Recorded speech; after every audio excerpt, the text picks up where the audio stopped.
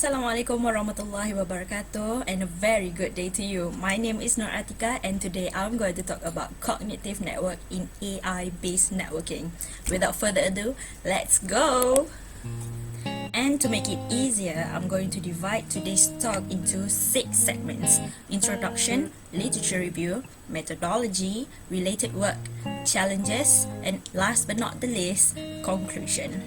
So let's go to the first category, which is introduction. And here we are in our first segment, which is introduction. In here, I'm going to talk about the definition of artificial intelligence and also cognitive network. What are they? The definition of AI, or artificial intelligence, is a unit that have the ability to have two separate concepts, but yet able to remain the ability to function.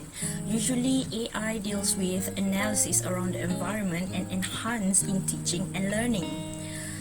As for CN, or cognitive networking, it is defined as a network with a logical mechanism that interprets existing conditions so that it can interpret, prepare, determine, and act on certain conditions, all this while following the main objectives.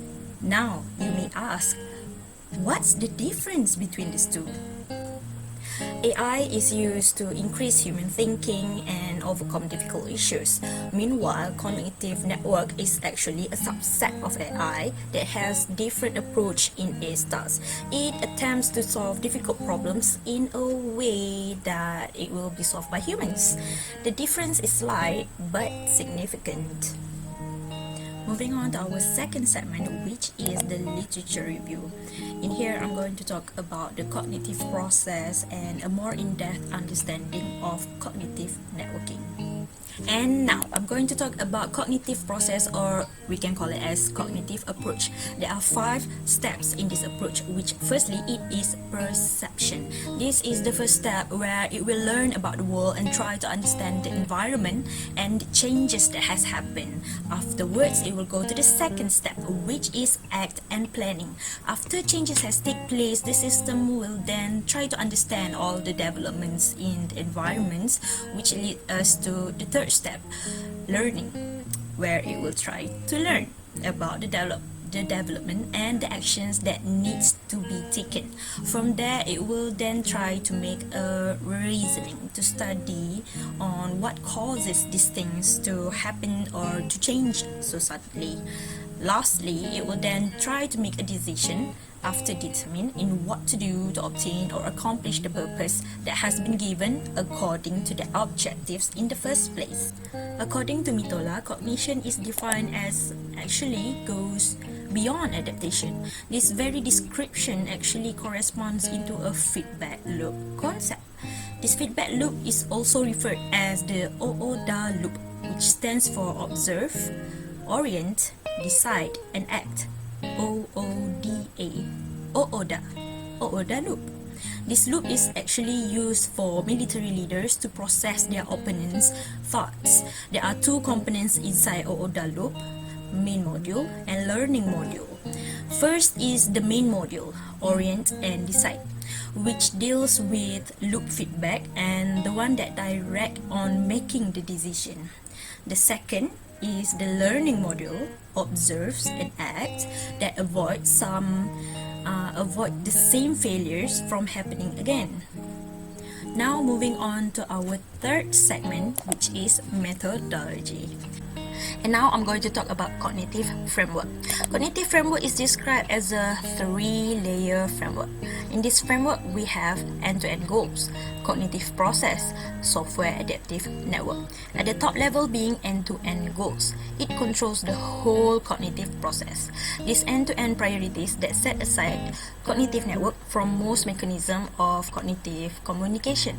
The second level being cognitive process that consists 3 elements, which are specification language, cognition layer, and network status sensor. The first one is the specification language. It is to translate high-level language into an appropriate language. The second one is the cognition layer. It's also known as a cognitive mechanisms such as dynamic frequency management, software-defined radio, and also cross-layer protocol design. The third one is the status sensor. It is to provide a feedback based on observation toward the network behavior. Last but not the least is the low level. We have software adaptive network, which has configurable network element, which is any controllable element inside the software adaptive network. Meanwhile, network API provide an interface for the cognitive layer. Moving on to our fourth segment, which is related work. In here, I'm going to talk about the work that it is related to cognitive network. In this section, there are two main applications that has the integration of cognitive network, which one of it being cognitive radio. Cognitive radio is defined as a wireless system that is built to be aware of its environment and able to adapt and learn fast. It accepts internal conditions by making changes in specific parameters such as carrier frequency, transmit power, and modulation energy in real time with two goals in mind, which number one being efficient radio spectrum utilization, and number two to have a higher efficiency and consistent communication. The difference is that cognitive network target is end-to-end. End-to-end, which means from beginning to end, the system is to function for whole, while cognitive radio is used just for that radio's user only. The second application is cross-layer design. It is a cross-layer architecture that requires exchange internal data between layers and direct communication with non-adjacent layers, thus breaking the standard approach. The difference between cognitive network and cross-layer design is from past decisions, cognitive network is able to learn and extend the experience for subsequent decisions. As for cross-layer architecture, it has less memory modification that when it faced with the same inputs, it will respond the same way regardless of how badly the adaptation might have worked in the past. And now, moving on to our fifth segment, which is the challenges in cognitive network. There are several problems related to cognitive network. The first problem is the security of information. The present infrastructure is built to conceal information of what's going on within the network, but cognitive network needs to be aware of every information. The communicating status between nodes is the second problem, since too much overhead from signaling absorbs all of cognitive network's efficiency gains. The third problem is the cost. If cognitive network adds too much complexity, the hardware is going to be costly. And lastly is the optimization. The technological difficulties faced in cognitive network is the stability and fast sensing of channel and location, which has a great impact on the optimization. And now moving on to our last segment, which is the conclusion. Cognitive networking is attempting to redefine the traditional networking into a more complex, flexible, and intelligent networking.